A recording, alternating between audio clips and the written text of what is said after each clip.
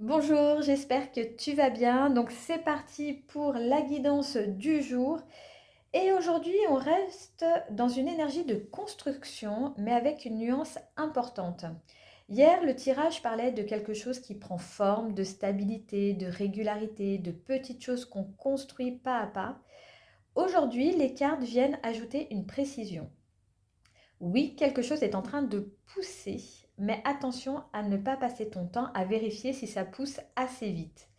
Il y a dans ce tirage une énergie de patience, je trouve, d'équilibre, mais aussi une question autour de ta créativité, de ta confiance, de ta façon d'habiter ce que tu fais. Comme si on te disait, tu as semé quelque chose, maintenant, est-ce que tu peux rester présente sans te crisper sur le résultat? Donc on va y aller tout de suite avec le 7 de Pentacle en énergie principale. Et cette carte, elle parle vraiment de ce moment où tu as déjà donné de ton énergie à quelque chose. Tu as peut-être déjà travaillé, réfléchi, essayé, investi du temps pour poser certains actes pour un projet. Et maintenant, tu es dans cette phase un petit peu particulière, pas toujours confortable, où tu regardes ce que ça donne. C'est une énergie qui est très humaine, je trouve, parce qu'on peut avoir envie de patienter. Alors oui, on peut patienter un petit peu, mais au bout d'un moment, souvent, je pense qu'on est tous pareils, on aimerait bien avoir un signe, on aimerait bien savoir si nos efforts servent à quelque chose, on aimerait bien voir une pousse sortir de terre, histoire de ne pas avoir l'impression d'arroser du vide. Voilà, cette carte, c'est tout à fait ça avec cette femme et ses plantes. C'est qu'elle arrose ses plantes et ben forcément, elle voit pas tout de suite des pousses arriver. Voilà, cette carte rappelle vraiment que tout ne se voit pas tout de suite, hein. Il y a des choses qui travaillent sous la surface, des choses qui s'enracinent avant de devenir visibles. Donc aujourd'hui, l'énergie principale t'invite à ne pas juger trop vite ce qui est en cours, ce qui est encore en cours.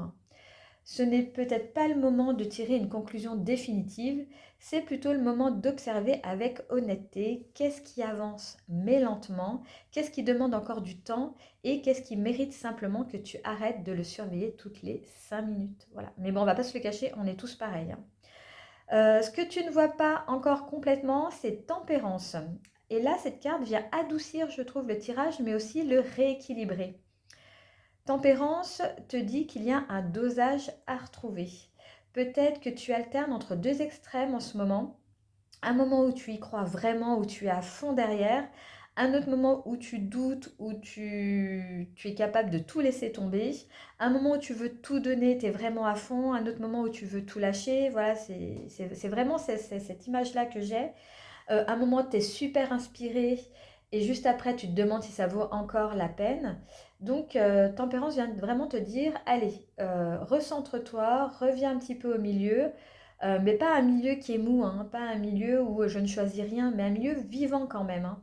Celui où tu continues sans t'épuiser, celui où tu avances sans forcer, important, celui où tu restes engagé, mais sans te consumer. Le nœud du problème, c'est la reine de bâton. Et là, c'est super intéressant parce que cette carte, elle est vraiment puissante, elle est solaire, elle est créative, elle est magnétique. Elle parle d'une femme qui assume son feu, son désir, sa présence et sa façon d'être. Mais en position de blocage, elle peut montrer que justement quelque chose coince dans cette énergie-là, hein. Peut-être que tu as du mal à te sentir légitime dans ce que tu crées. Peut-être que tu as une envie, tu as une idée, mais tu te demandes encore, est-ce que j'ai le droit de le faire? Est-ce que j'ai le droit d'essayer? Est-ce que c'est assez bien? Est-ce que je suis capable de le faire? Est-ce que on va me regarder? Est-ce qu'on va me juger? Est-ce que je vais me comparer? Ou alors, il peut aussi avoir une autre possibilité avec cette carte, c'est que tu mets tellement d'attentes sur ta créativité qu'elle devient lourde en fait. Elle n'est plus un espace vivant où tu prends du plaisir à créer, elle devient vraiment une performance. Et là, la reine de bâton perd un petit peu de sa magie, je trouve, hein. Parce que son pouvoir, c'est pas de tout réussir parfaitement, pas du tout. Son pouvoir, c'est d'oser. C'est d'oser être là, d'oser créer, d'oser rayonner sans passer un entretien d'embauche avec son propre mental à chaque fois, hein. Donc le nœud aujourd'hui, c'est pas forcément que tu manques d'idées, loin de là. C'est peut-être que tu as oublié de faire confiance à ton feu. Et, et j'ai même envie de dire avec ton feu sacré, hein, ou que tu attends d'être complètement sûr de toi pour créer quelque chose, pour incarner cette reine de bâton. Et mauvaise nouvelle ou bonne nouvelle, hein, selon ton niveau de café, la confiance vient souvent après avoir osé et pas avant. Et ça, c'est quelque chose qu'on oublie souvent. On croit que on va avoir confiance avant de faire les choses, alors que non, c'est en faisant qu'on prend confiance. Gardez vraiment ça en tête aujourd'hui, hein. Et ce qui arrive si tu comprends ça, eh bien, on a le valet de coupe. Et là, on change complètement de registre avec la reine de bâton, hein. On passe du feu de cette reine à quelque chose de beaucoup plus tendre, de beaucoup plus sensible, de beaucoup plus intuitif.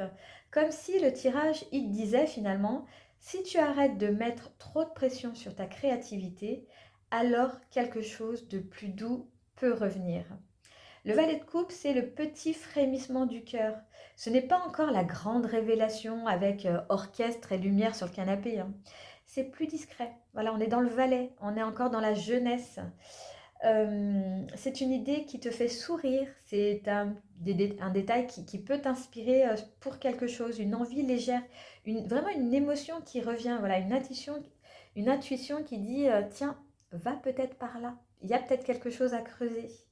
C'est peut-être ça le vrai cadeau du jour. Pas un résultat vraiment énorme, hein. Pas une validation extérieure, mais un retour au plaisir. C'est super important. Un retour à un élan simple. À ce moment où tu fais quelque chose parce que ça te parle, parce que ça t'appelle, parce que ça te remet en lien avec toi. Donc aujourd'hui, si tu comprends que tu n'as pas besoin de prouver ta valeur à travers ce que tu fais, tu peux retrouver une forme de fraîcheur. Tu peux redevenir curieuse. Et parfois, c'est exactement ce qui débloque les choses. Pas pousser plus fort, mais revenir à ce qui donne envie.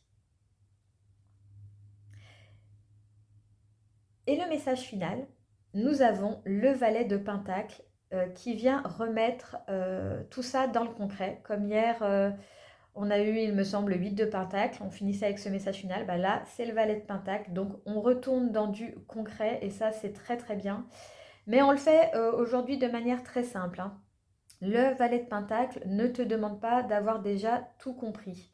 Il ne te demande pas d'être une experte ou un expert, ni d'être parfait, parfaite, ni d'arriver au bout de quelque chose. Il te parle d'apprentissage, de présence, de matière, de réalité. C'est une carte qui dit reviens à ce que tu peux apprendre aujourd'hui, pas à ce que tu dois réussir, pas à ce que tu dois prouver, à ce que tu peux apprendre. C'est l'apprentissage. Et ça change tout parce que quand tu te places en mode apprentissage, tu n'es plus obligé de transformer chaque chose que tu fais en verdict sur ta valeur. Tu peux tester, tu peux observer, tu peux te tromper, tu peux te corriger, découvrir, tu peux recommencer si ça ne te plaît pas. Tu n'as pas besoin de faire de chaque pas un examen final. Non, tu peux te tromper, c'est pas grave. Tu recommences, tu refais, tu retestes et prends du plaisir à faire ça. C'est très important. Franchement, la vie, elle nous met déjà assez de pression comme ça avec tout ce qu'on vit au quotidien, surtout en ce moment, avec tout ce qui nous tombe sur le coin de la figure. Donc on va pas en rajouter encore, nous, dans notre mental, quoi. Pas avec notre créativité, pas avec nos envies, pas avec nos idées.